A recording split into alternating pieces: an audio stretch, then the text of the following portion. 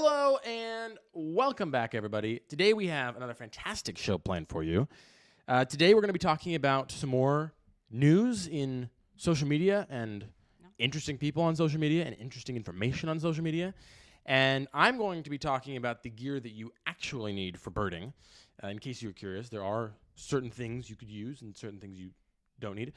And as always, we're going to be doing everybody's favorite segment, which is some interactive birding identification where you get to play along as the viewer. So, without further ado, welcome to Beasts of Burden Live.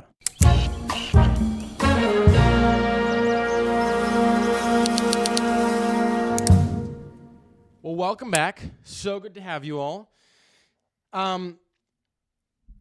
There are a lot of people on social media who are starting to, it's becoming popular. And so we've, one of our new segments is talking about those people and the things that they're talking about on different social media platforms. So take it away. Yes. So I love getting to sort through all of the news bits that are sent to us. Mm-hmm. I feel like that's my new job, and I'm happy to have it. So one of the things that was sent to us was good news for birds, and that, Eleanor, do you want to put up the oyster catcher one? Oyster catchers, known for sharp bills and beady eyes, are making a comeback thanks to conservation. That is a really cute, striking bird that I don't think anybody would mistake. Am I right, Ari? Yeah, no one could mistake that. That's a pretty obvious bird there. So from the years 2008 to 2023, they have increased by 45%. Which is amazing. Wow. Yeah, because, Ari, what is happening to most shorebirds? They are declining. Like we saw yellowlegs, lesser and greater yellowlegs. They're declining, and they're like near threatened or somewhere on that list going downhill. And it's crazy, but it's really good. Like even starlings are going essentially downhill. To hear of a bird going in increase is fantastic. Yeah. And the reason it's increasing is because of the efforts of a lot of states, like 15 states and 30 different organizations and money. Mm-hmm. What they discovered was these birds their chicks are in vulnerable positions, and they were getting devastated by flooding because they'd be on the shoreline, dogs, human traffic, and cars.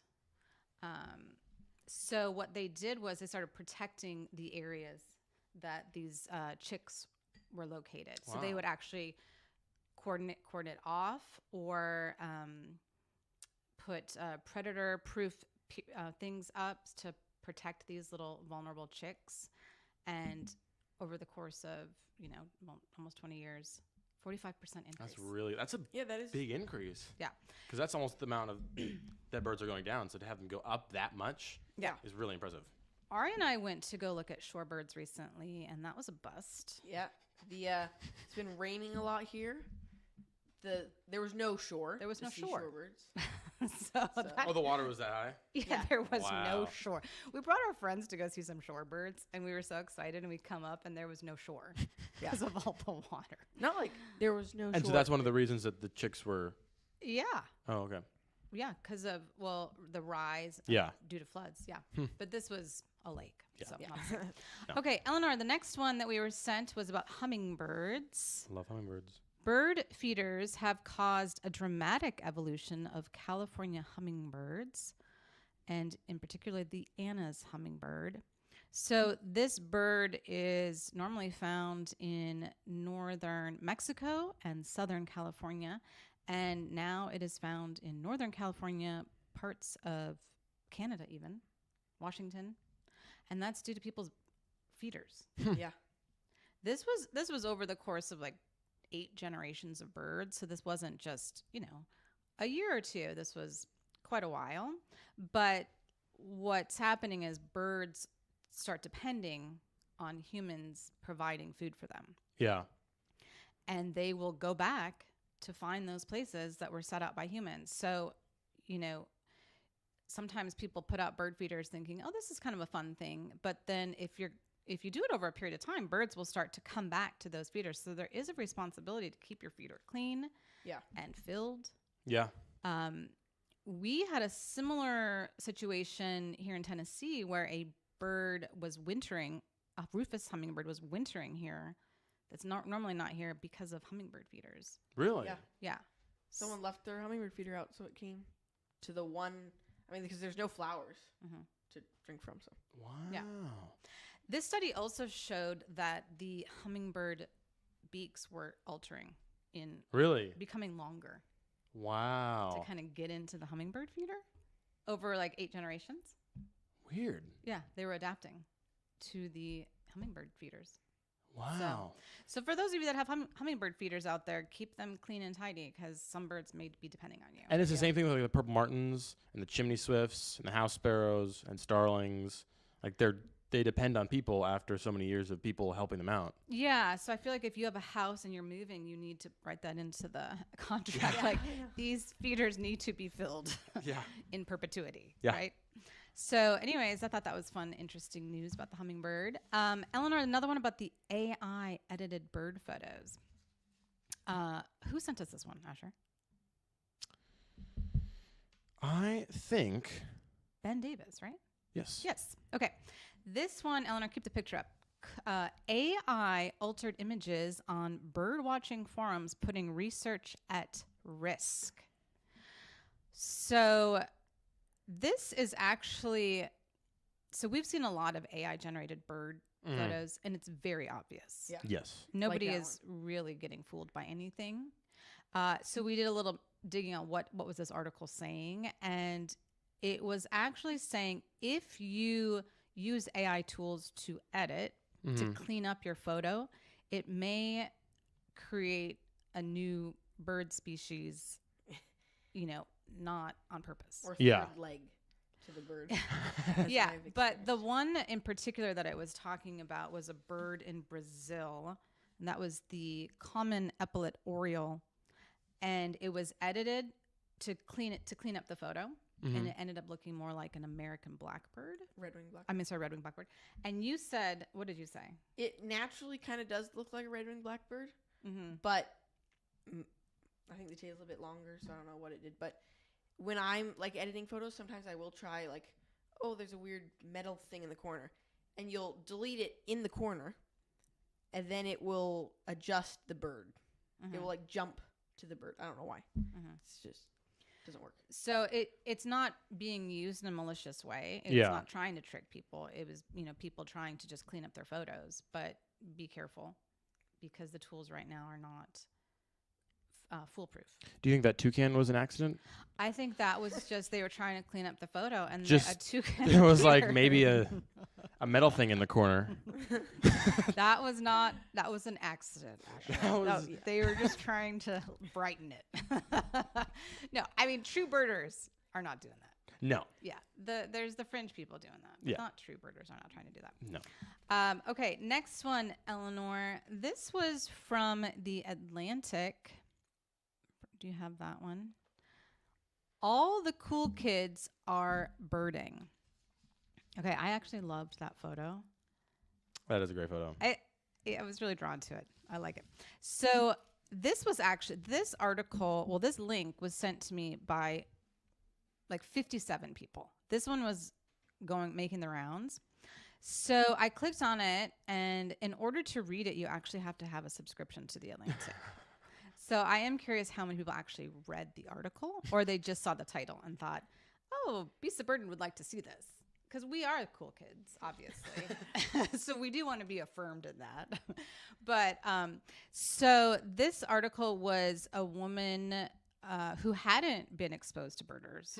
So she was kind of learning it through her article. And it was the World Series of Birding in New Jersey.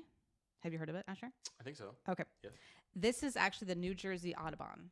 Okay. And it's a 24-hour big day where you bird for 24 hours to see how many species you can find, and you raise money for the New Jersey Audubon Society. Oh, wow. That's great.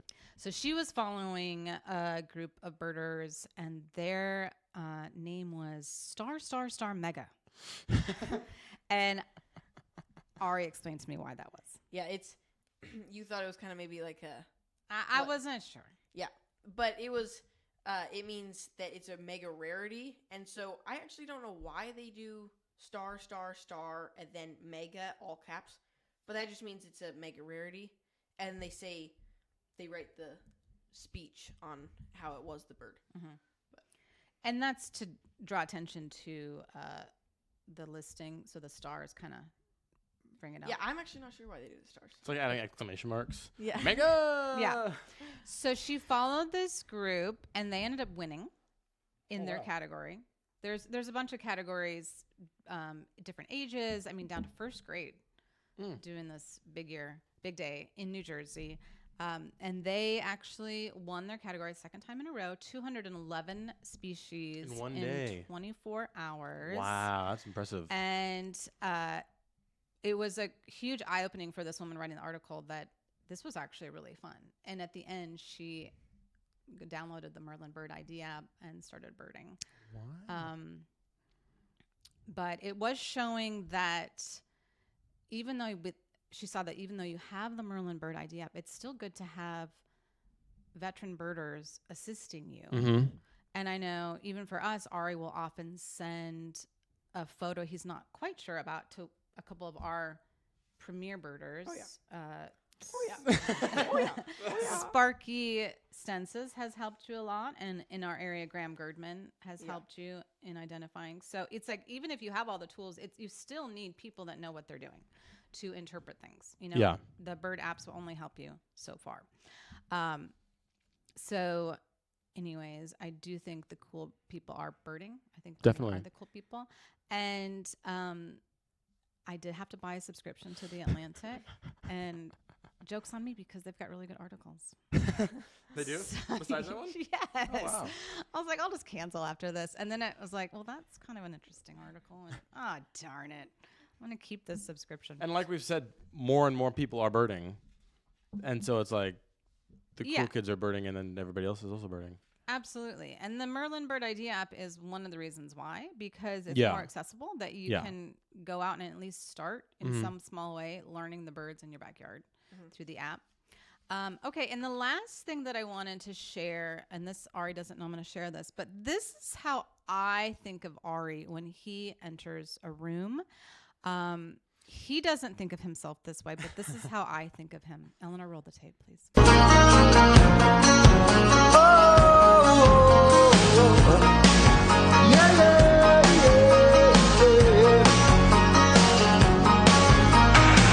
Ari, come on. You could totally be that guy. I can't be that guy, but you could be that guy at parties. Okay? What do you say? Oh, that's funny. Anyways, that meme cracked me up. So that is the news, the bird news I had this week, Asher. That was fantastic. That is exactly how Ari is when he walks into a room. That's how I would if I was Ari. I'd be like, I can help all of you with your bird ID. The funny thing is, you mentioned something that tied into what I'm going to talk about, which is gear. You talked about the Merlin app. I want to talk about gear for birding and what you need. I have looked at a lot of articles when I was doing research on gear you should use for birding, and I got lists of there's like tents and some backpacks and like a sleeping bag. And I personally have never used any of those items while I'm birding. So I figured You're telling me people are trying to get you to spend money you don't need to spend money on? it's really weird. Please, Asher. Yeah. That'd be silly. Yeah, I know, it's ridiculous. Even one of this big bird organization that you may know of, their list was tents and shoes and strange list for birding.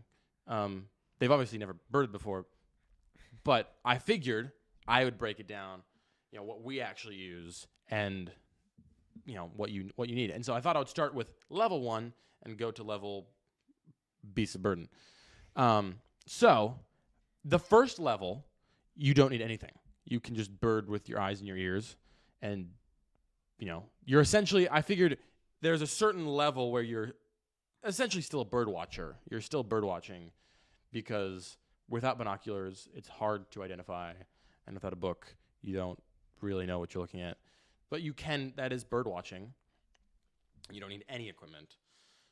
So that's level 1, nothing. Level 2, I would say you should get binoculars first, because then at least, even without knowing the birds, you can study them better and you can see them closer. And I think binoculars is like the first step. If you don't have any yet, you should definitely get binoculars. And can I say, if you have children, do not buy children's binoculars. That's exactly what I had written down. Okay, good. Yeah. Do not buy cheap kid binoculars. Yeah, because the tools can be so frustrating if they're garbage. Yeah. And then you're wondering, why am I not enjoying this? I can't see anything. No. Yeah. I mean, miming binoculars is better than using those kid ones. Those short ones that never focus. Yeah. So buy relatively nice ones. Look at the reviews. Make sure that people have. We have Bushnell, or we've used Bushnell For starting binoculars. for starting binoculars. Like that was the first pair of binoculars I got. And one of there are 2 specifications of binoculars. There's 8x42 and there's 10x42, and that's the magnification specification. So it magnifies more at 10, but I think the field of view is smaller. And then 8x42, although the 42 might be the range, but it's just more magnification on the 10. And the 10 is usually more expensive. And so if you want to get a good pair of binoculars, the Bushnell H2O 8x42 is great. That one works really well. Yeah. We actually still have several pairs of those. And Vortex is another good one, which these are kind of in like the $60, $100 price range. And then there's kind of an in-between tier of, if you're going to get good binoculars, I was backing away from my phone. I would say 2 tiers, Bushnell, and then the really nice ones are like Zeiss and Swarovski, which can be $380 to $4,000. And only the Amish can afford those. Only the Amish can afford those, but they're really nice. Greg Miller had Zeiss, Yeah. which were really nice. He let us try them. They were like so crisp. You could see So crisp. And for some, like, there are some binoculars where they let in a lot of light, and so everything in the forest with all the shadows was actually really bright. brighter than your eyes. Yeah. So if you get a nice pair of binoculars, there is a difference. Yeah. They are a little bit heavier. But I would say if you're getting into birding, the Bushnell ones are really, really good. Yes, and also there is a bit of a learning curve using binoculars. There is.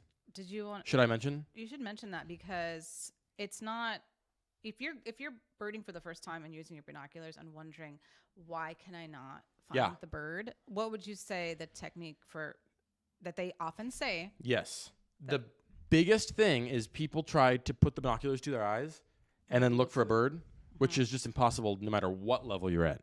And so the trick to using binoculars is to hold your binoculars and look for the bird with your naked eye. Look for movement. Look for movement, look for color, look for something, and then try to pinpoint where it is, and then bring your binoculars up to that area, and then you'll see even an out of focus blob. Yeah, because then at least then you've you can narrowed it focus down on to a circle. So find it with your eyes, and then use your binoculars. It just like nobody uses their binoculars first. Like in The Big Ear, which is a fantastic movie, they're using their binoculars like this to look for birds. Yeah. Like it's pretty hard. Yeah. It's pretty difficult. Also, those eyepieces, pull them out, and then you have a technique, don't you, that you kind of like hold them on your eye Yeah, Yeah, so there's bone? there are those eyepieces that They twist in and out. So for when you twist them in, they're for when you're wearing glasses. So that you can wear glasses with them on. yeah. And you use I use that one because they're expecting that you're going to shove them into your eye socket like this, which I just don't do. And so if you're looking up into the trees, which is where the birds are for your information, I like to not have to crane my neck as much, and so I'll twist them in so they're tighter to the glass, and then I put them on my forehead like this. which is actually really nice when we're looking for warblers. I do that too. Yeah. Because then you can just kind of, it's like one of those things where it twists behind a corner and you can look around the corner. But Yeah. you're not really looking at Your all neck up. as much. No, and I think it's a little bit more stable if they're wedged into your face. So I can see why you would want to pull them out, because then your eyelashes touch the glass if they're not out. And so that's that's what it's for. But I personally like to put them in, and then I don't put them up all the way. I just kind of rest them on my eyebrows, and that works. Yeah, for me. which just goes to show you, if you're a new birder wondering why is it so frustrating, it's because there is some stuff to there's learn. a little bit of a knack to it. Yeah. And you have to find what you like, because I don't do it the way you do it. No. I've looked at you and I'm like, what is he doing? What's he doing over there with his binoculars? So yeah, I think it's just comforting to know. Like, Yeah, there are many ways to you do got to it. kind of get comfortable with your binoculars before. Yeah. Mm-hmm. So yeah, that is number 2. I would get a pair of binoculars. I did see, because there are like Leica, Zeiss, Swarovski, or like the high end ones, which there is a difference, but they're really, really expensive. And then the Bushnell ones. There is a kind of in between brand called Nox, Nocs, which actually look really nice, and they're not super expensive, but people say they work really well. So, I would say look for what you need. Yeah. Like if, once you get past that price range, they all work relatively well. So it's really preference. So yeah, that's what I'd say. I would say step 3 is to get a field guide. Once you got your binoculars, you want to know what you're looking at. And at this point, you're getting into birding territory. I would say get a physical field guide. Merlin's great, but the whole point of birding is to be out away from your phone. And I mean, that's not like the whole point, but that is one of the big benefits of being out birding is you're not next to your devices. And so if you're using your device for looking for birds, it can be distracting. And so I would say get a field guide so that you remember how to read and use a book. And it's just better for your brain. We really like the National Geographic field guides. And then we obviously had the Peterson one, which is right over here. The only thing I'd say about the Peterson one is, like we mentioned in our first live show, there are some extinct birds in that one, which can be confusing. And they also use names that aren't used anymore. So I would say I would recommend the National Geographic one. That just has the most Updated. Yeah. And it's also really detailed. Yeah. The photos are great. The illustrations are great. I actually prefer illustrated as opposed to photos. Because then they cut out the bird and the light's weird because it's just on a white background. Yeah. And the other thing that we've noticed is, especially when you're drawing, that is a complete, as I thought about it, that doesn't make any sense. Anyways, I would say when someone draws a bird, they, you can really point out the details that help you identify it. But then when you have a photo, it looks like what it would look like in real life. So there are benefits to both, but I think you can really see the things that are helpful when it's illustrated, because then you can choose what you want to show. So I would say, and then if you're in the UK, I always got the Collins Field Guide, which is like the National Geographic for Britain. And then there's the RSPB Pocket Guide to British Birds, which is really great. Which you'll be using. Which when I will you be using head when I go to there. England. This is so exciting. Next, you could get Merlin, because once you remember how to read and you've got that locked in, then Merlin's great because you can use it to identify bird calls, and it's very quick. But there are some things where people have said that Merlin has misidentified birds. And so you just want to be careful when you're using Merlin, because it's not perfect every single time. So just be careful. I would say get the physical field guide out. Next, get a list, because now you're really getting into what the listers talked about, big years and big days, and documenting what you're seeing.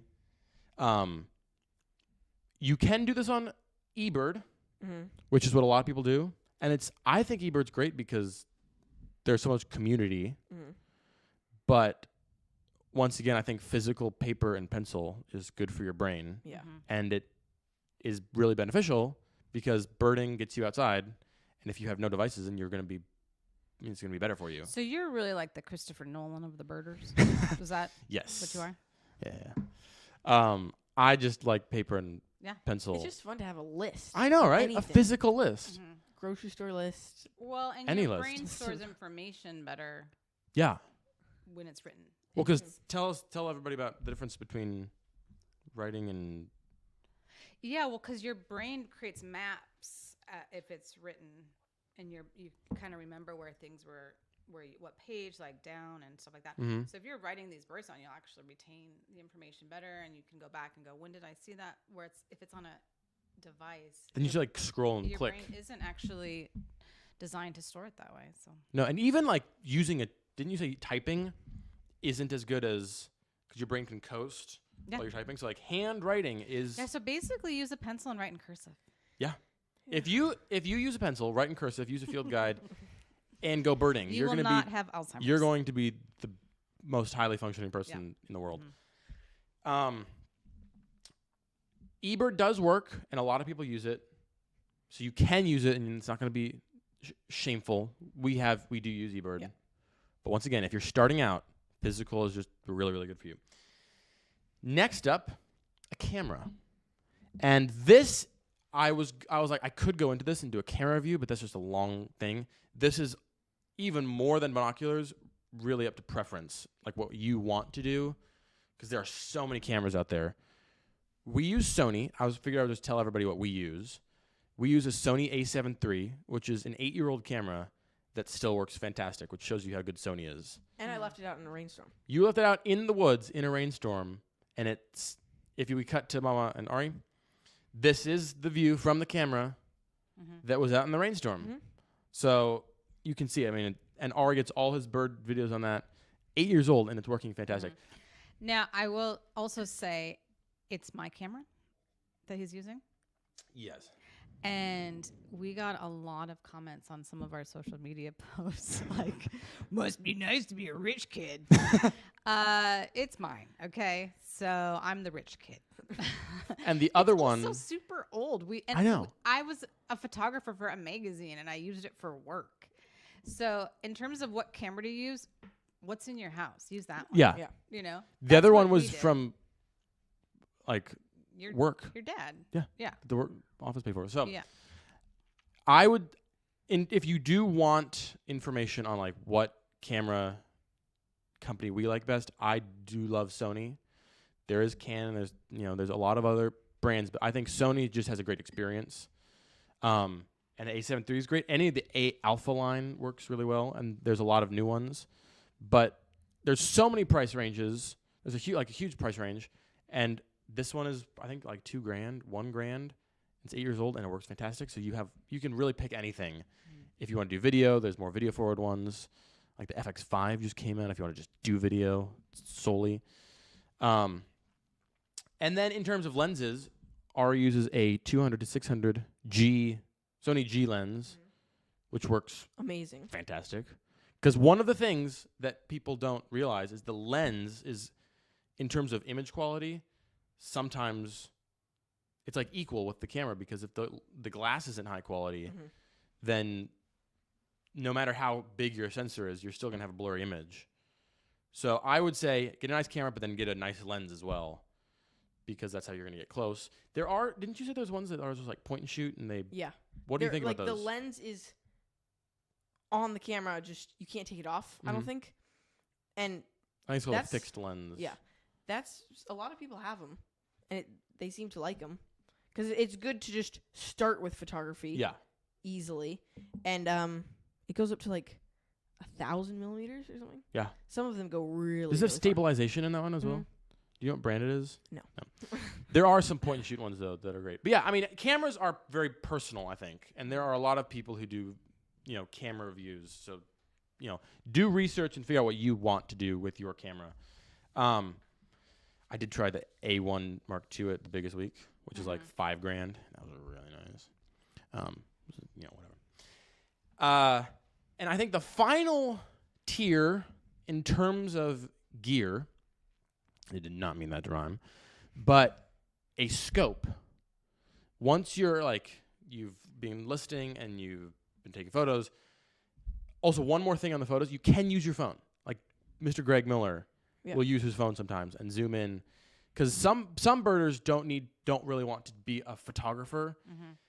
But one of the things that I wanted to mention is that when you're birding, a lot of it is you just trust that other people have seen what they're telling you they've seen. Yeah. And so if you have a camera, it just helps. Because if you see a rare bird and you get a photo, then everybody believes you. Mm-hmm. So if you have a phone, like the new phones, zoom in really, really far, and it can help just prove to everybody that this is what you saw. So once again, huge range. Scopes are you don't need a scope, but if you like do tours and make money from like leading people and all that stuff, a scope is really beneficial because you put it on a tripod. And if you're a hunter, you use scopes in your guns and whatever. Guns. But you can set it up on a tripod, and there's a scope line that ends up forming, which is really fun to be a part of. Yeah, we don't own a scope. No. But Scopes are great for I will say, all our birding trips that we've gone on, I am so thankful when someone sets up their scope. Yeah. I'm like first in line. I'm like, yes, please. But you have to decide, what are you going to carry? Are you going to carry your scope? I mean, because they often don't have a camera then. It's either You can't carry it all. No. But I always appreciate a scope. It's really Scopes helpful. are great for like far out ducks or like sandpipers. Because they go then even you- farther than binoculars. Yeah, because then you just scan the shoreline, and then once you get it on, usually they're kind of just sitting there. Yeah. And then you lock it, Mm-hmm. and then there's no like trying to point it out. And 'cause pointing out things to people, It's like, right there in the it's tree. in the tree with the green leaves. Mm-hmm. So many people have done so many jokes with that because it's true. So having a scope that's just there and everybody can see the bird, and then you make sure that you can get it on your list, really helpful. So if you do end up getting to the point where you're leading tours, get a scope. These are more expensive. It's like $500 to over $4,000, and they can be really heavy. But like Zeiss and Swarovski, and they all have scopes. And so once again, with the cameras, with binoculars, look up what you need if you want a scope. So those are the tiers: binoculars, and field guide, and list, and camera, and scope. And then if you want to just be out in nature, you don't need anything. So it's very personal, but those are the things that I think are very helpful, things you actually need for birding. I've never used a tent for birding. Next up, everybody's favorite segment, some interactive birding identification with the one and only Ari Fremont. And this is the point where you get to play along as the audience. So let us put up the first slide. Is this bird an American robin, a wood thrush, an eastern bluebird, or a rose-breasted grosbeak? And like we talked about last time, feel free to just put in that letter, A, B, C, or D. We are ready, and the correct answer is A, the American robin. Music is me. Nice. Congratulations. It was the American robin. Yeah, it was Sorry, the American Ari. robin. My voice has been cracking a lot. Yeah, so the correct answer was the American robin. Well-known bird. It's for speed, that one. But if you want to put it back up. Really pretty bird with the orange breast. And then the similar species on the list, if we have them. Yes, we did. I think we did.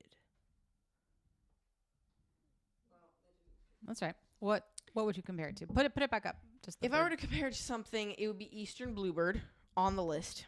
The eastern bluebird has a blue back, obviously, but they have the red breast, and they're actually a lot smaller than robins, but they're in the same family. They're thrush. So you wouldn't think about that because they act completely different. They're different sizes, different shapes, but they're actually in the same family. And on that list also was the wood thrush, and that's a thrush as well. So there's a lot of differences between the different thrushes, and then the rose-breasted grosbeak was a giveaway one. But yeah, the eastern bluebird was probably the closest. All right. Yeah, that's. I think people, can recognize the robins are like. And one of the interesting things, quick side note, there are European robins, which are old world flycatcher. flycatchers. They're not even robins, but, or I mean, maybe they're Robins are maybe they're the robin, and the American robin's not a real robin But another thing about That has robins to be it. is because there is no like, there isn't like a Well, robin like, genus. It's like robins thrushes. are thrush, and then that robin, quote unquote, is a flycatcher. Mm-hmm. But robins also, people always say, "Oh, robins here. It's spring now," Oh yeah, that's a good point. which they're actually not. They don't bring spring. They are year-round residents to most of the range, except for Canada, Alaska, and like the northern parts of the northern states. But most of them just are year-round. And then they're. Do you think the European robin is a sign of spring? Like, where did that come from? Yeah, I don't know. I haven't done my research on The British writers in Canada wrote this. I know it's all Canadians. All right.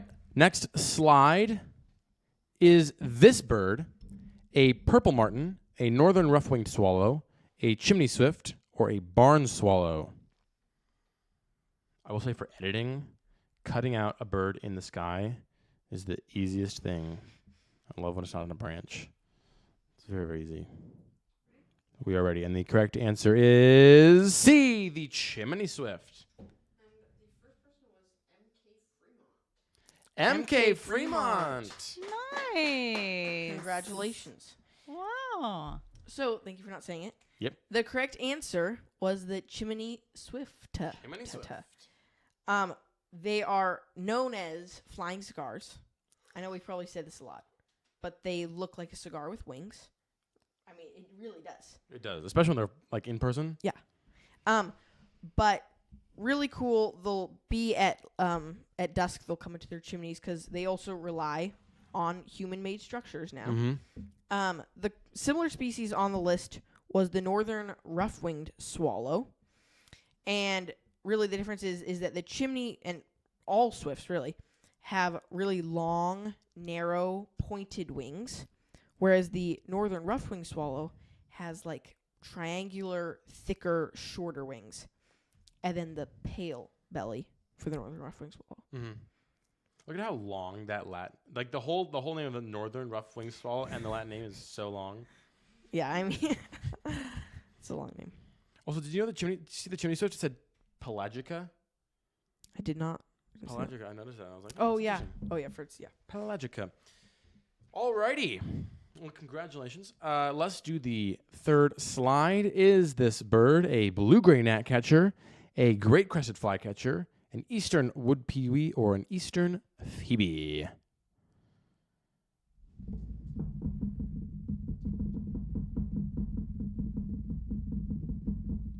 And take your time. You got it. You got it. Here we go. And the correct answer is D, the eastern phoebe. K. Ovid. Congratulations. That was really good. It was. The eastern phoebe.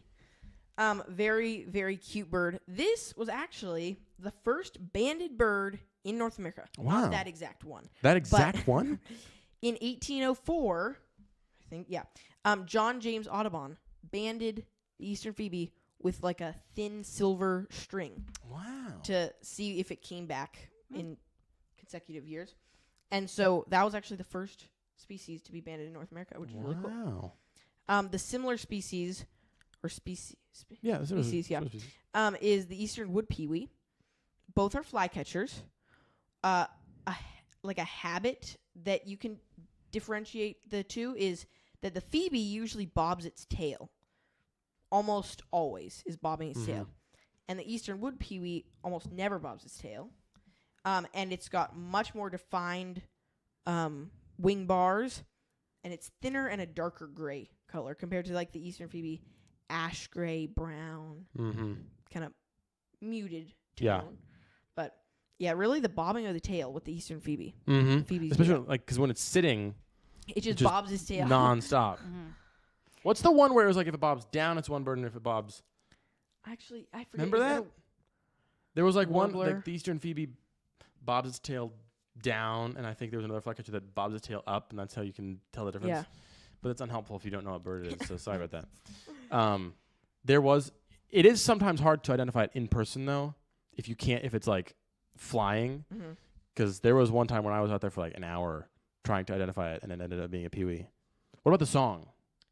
Well, the the Phoebe call. and the Pee-wee, both are after their song. So Phoebe sounds like Phoebe. Is that onomatopoeic? Yeah. Big word. And then the Pee-wee is a really thinner, is what I think about it.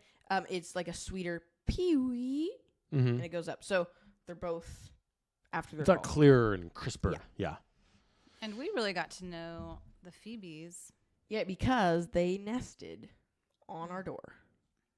in our doorway. And Of we this didn't. building. We tried not to open the door. Yeah. Yeah. Because And the mama was just waiting for us to all leave. the chicks fledged. Yeah. Every single one. It's a And they successful all- nest. It was a good spot. Yeah, all survived. And then I saw them just like a few weeks ago, all sitting together. I love Still, that's Easter awesome. Phoebes. They're so beautiful. Well, congratulations to everybody. Great job, especially on that last one. That was difficult. Wow. She must be a real birder. It must be a real birder. Okay. Keegan. Oh, Keegan wants credit. He doesn't. He's like, I'll tell you which K person it is. Brilliant. Who knew? Wow. Wow. That's very, very That's impressive. impressive. Especially since it wasn't bobbing his tail or calling. But Kirsten answered it. The K was for Keegan, but Kirsten answered it. Well, congratulations. Kirsten is the genius, as I assumed. Yes. Congratulations. Especially since it wasn't bobbing his tail or calling. Wow. Very, very Impressive. impressive. Anyways, thank you all for being here. I hope you got something out of that, and you can go buy a pair of binoculars if you don't have one already.